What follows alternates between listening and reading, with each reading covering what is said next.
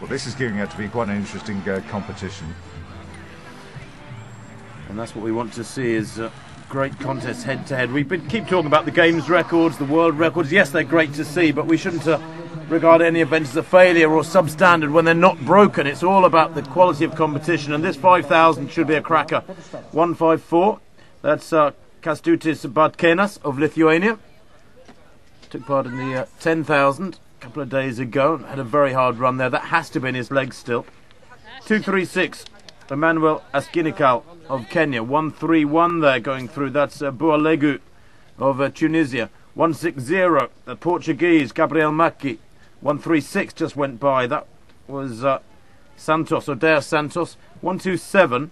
Albert Correa, who was also in the 10,000 metres earlier on. And then to the extreme right of picture there, is that the Algerian Nasser Kerfas, I think, in the green, red and white strip. So some athletes here have guide runners. In fact, just looking across, only 2 athletes requiring guide runners. 12.5 laps of the track, though. Away they go. And at the back of the field at the moment, the Portuguese Gabriel Maki, who ran in the 10,000 metres, and the Algerian, well, Nasser Kerfas, has blasted off from the gun. In fact, it's, let me see, 196. That's the Mexican, Gonzalo Beristan. Excuse me, I thought it was the Algerian, but it's Beristan. I don't know if he realises he's got 25 laps to run, because he's gone off so quickly. Oh, sorry, 12.5 laps to run. He's gone off so quickly. One of the Kenyans has gone with him, but within the space of less than 300 metres, he's only coming around 300 metres now. He's built up about 60 or 70 metres on the pack. He's gone crazy. Okabayashi of Japan. And once again, there's a heavy concentration on some of these athletes. Okabayashi is one of them.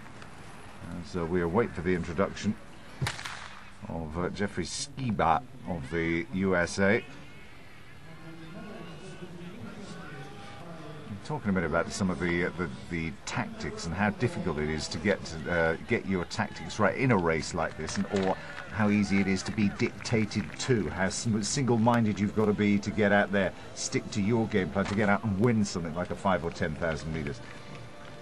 Well, I mean, you've got to decide what is your optimum pace, what is the fastest pace at which you can go out. But do you actually design your tactics to beat the field, or do you design the tactics that are suitable for you? Well, ideally, the pair coincide, but there's not many people who go into a race really believing they can beat the field, because there's so much objective evidence to suggest that you can or can't from the past, and people have to be realistic.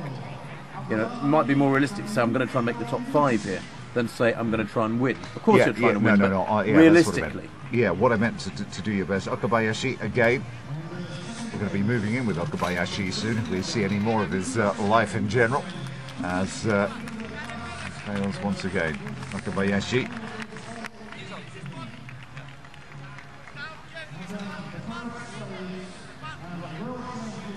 Up at he's at 180 now for Okabayashi. Just going back to the tactics. How difficult is it rather? I mean, you've run these things. How difficult is it to actually keep to that and not get actually moved along with the bluster of the field and the actual event? Well, it's psychologically, it's hugely helpful to be in a pack, to be moving along. It takes away a lot of the burden of having to make the pace yourself. But there are physical limitations clearly, and you know, if you go out too fast, then you will pay for it later in the race. No doubting it. But occasionally you can get lost and caught up in the atmosphere of the race and be dragged through in a very quick time and quick splits, and perhaps head for a personal best. But it's usually from your training in recent days and weeks, you've got a pretty good idea if a personal best might be possible. So you should always know where you are. Kabalas of Greece, as we said, has already set a personal best of 177, and he's finding it difficult to exceed that height. It's just a fascinating subject, because the psychological aspect of running those distances like that, mental strength equally as important as any other strength, do you imagine, really? Just looking there at Alex Mendonça of Brazil, 133, with his guide runner going through. Gonzalo Beristan of Mexico, by the way, went through the first kilometre in 2:57.02, very quick, way inside 15-minute pace. In fact, it's world record tempo that Berestan has laid down through the first kilometre. So either he knows something we don't, or else he doesn't know how to race 5,000 metres, because he's gone off at a suicidal pace. The main pack probably about 40 metres down behind Mendonca there. As Mendonca comes through, I'm just wondering where I think Berestan is. I think he's gone, hasn't he? Well, any sign of Berestan at all, as the cameraman, the director, concentrates on Mendonca. And the lack of shots of Berestan suggests to me that he is indeed no longer on the track, or else he's been sucked up by the pack very quickly indeed. Where is the Mexican, the early leader? Here we have Mendonca, Alex Mendonca of Brazil. He's 24 years old to the right there with his guide runner, and clearly the guide runner has to be a better athlete than the runner he's assisting. Women's javelin. And that was Guimarães of Brazil. 1:27 and 1:29. 1:27, that's Albert Correa of Kenya. He has the 10,000 in his legs already. And Nasser Kerfas of Algeria in third place there, with Mendonca leading. Yeah, we had a look. We had an aerial shot of the track there. He has gone, the Mexican. Well, what on earth was Gonzalo Berestan playing at? Going out like a rocket for the first 400 metres, led through 1 kilometre, has dropped out somewhere in the first 3 or 4 minutes, around the 3 to 4 minute mark, and now, having led through 1 kilometre in 2:57 at world record tempo, he's sitting down somewhere and watching this. Quite bizarre behaviour. We can move on again in a minute and talk about another phenomenon, that of the pacemaker. Guimarães gets the white flag, and she's over 10 metres. Look, 12:19 for Guimarães. Well, Mendonca here has laid out a very, very difficult stall to maintain, because he's got a gap of about 60 metres, maybe 70 metres on this chasing pack. Albert Correa on the inside there in the white vest, just moving through into second place. The other Brazilian, that's Odair Santos. So it's Santos in second, Correa in third, Kerfas of Algeria in the green shorts and white vest there, just shaded by the Kenyan. Back to the... Oh no, we're not going to go back to the high jump. No, it was a red herring, that one. We've got about 6 minutes 43 on the clock. And we are now 1415, Reinhold Bürzel. Oh, he was close. 183 the bar is at now.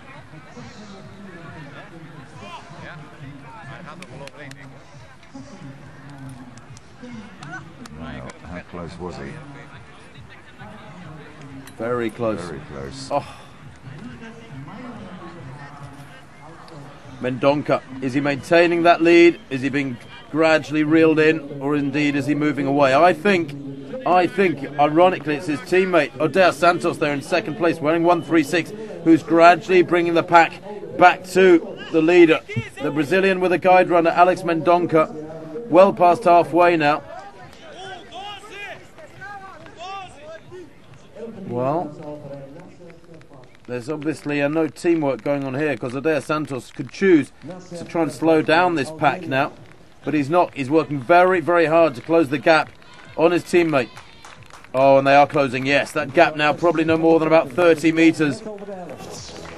They've gone through 2,000 metres in 6:09. The second kilometre, well, it was something like 12 seconds slower, 12 and a half seconds slower than the first kilometre. 3,000 metres not far away. Di Hong Wang of China.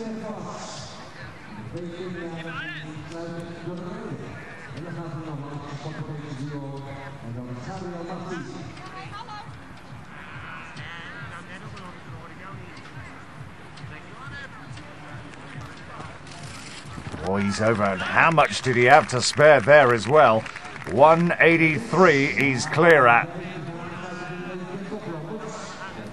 We were talking earlier about what his disability might be. This gentleman, his right leg is clearly far less developed than his left. Whether that's a result of polio or something like that, I'm not sure. But his left leg tremendously well muscled in relation to his right leg, but it's almost hard to spot when he just runs in and clears the bar so impressively.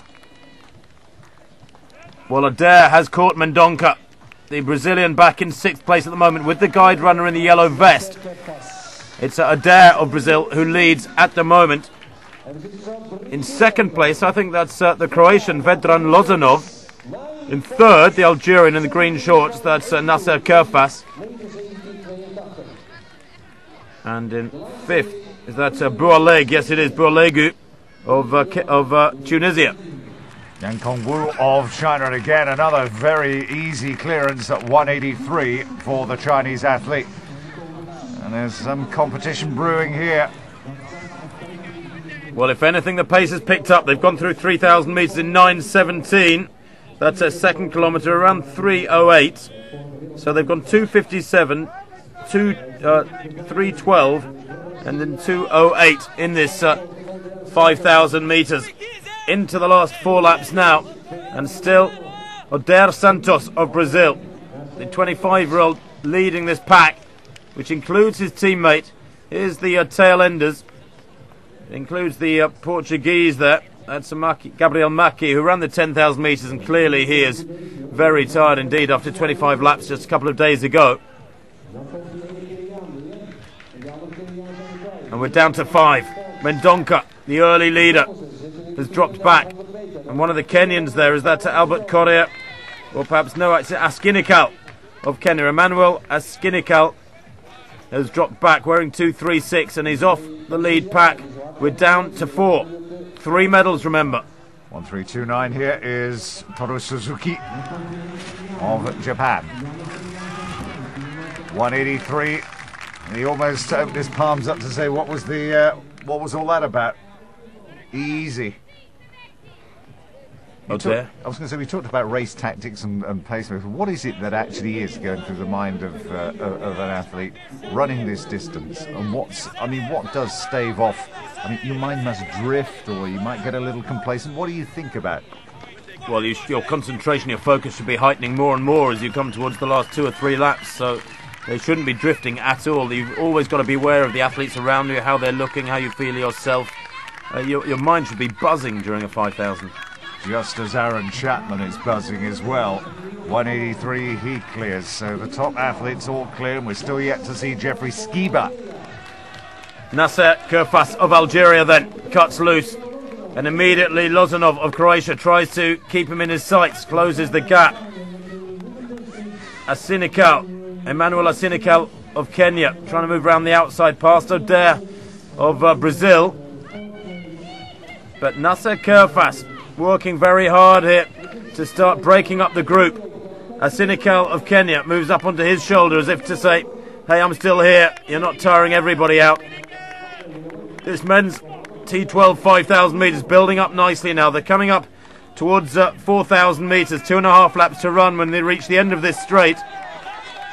I think Kerfas there, just a little glance over his shoulder to see what sort of damage this surge has done. 3:04 that kilometre. It's the quickest, apart from the first kilometre, which was run by Berestan, the Mexican, at a suicidal tempo in 2:57. That's the quickest kilometre for this group of athletes, 3:04. And I still think that Kerfas is going to wind it up yet further. So Kerfas from Assinikal, from Lozanov of Croatia. Then back in 4th place, the Tunisian Boualegu. And now beginning to feel the pace there is Adair Santos of Brazil. He's dropped back to 5th and he's suffering. 2 laps to go and the gaps are there. And Kerfas is going to take some catching now. Lozanov hasn't given up. The Croatian working very hard to go with this. He's still looking quite sprightly. He's powerfully built, is Lozanov. Nice looking runner, very fluent, up on his toes, powerful. And he's closed up on Kerfas. He's worked very hard to close that gap down, far more heavily built than the Algerian. And the surge wasn't just to bring him back onto terms with Kerfas. He's maintained it and kept it going, and he kicks hard there. He's really pumping hard with the arms, is Vedran Lozanov. The Croatian heading for a useful time because the pace is winding up all the time. He just keeps turning the screw. Look at that grimace. 500 metres to run. And he's determined not to give Kerfas anything to feed off. Make sure you break that invisible cotton thread that can exist when there's a gap of 1, 2, 3 metres, but when it's 8 or 10 metres, then psychologically the athlete in second place gets no help. And he's got that gap, and the gap is 15 metres, and he kicks again at the bell, and he moves away now, and surely the race is won by Croatia's Vedran Lozanov. Fabulous speed over the last lap and a half or so from him. This is the T12 category race, remember. It's, sorry Tim, it's for athletes with a visual impairment, but Lozanov here running like a man possessed. Yeah, fabulous performance this, isn't it, from Lozanov. Brett Kerfas, who was, you get the impression he thought he was in control. Kerfas, he wasn't expecting this, and he's been blitzed. And he's still putting all he can into these final 200 metres. He's coming off the back bend. He's just beginning to slow a little here.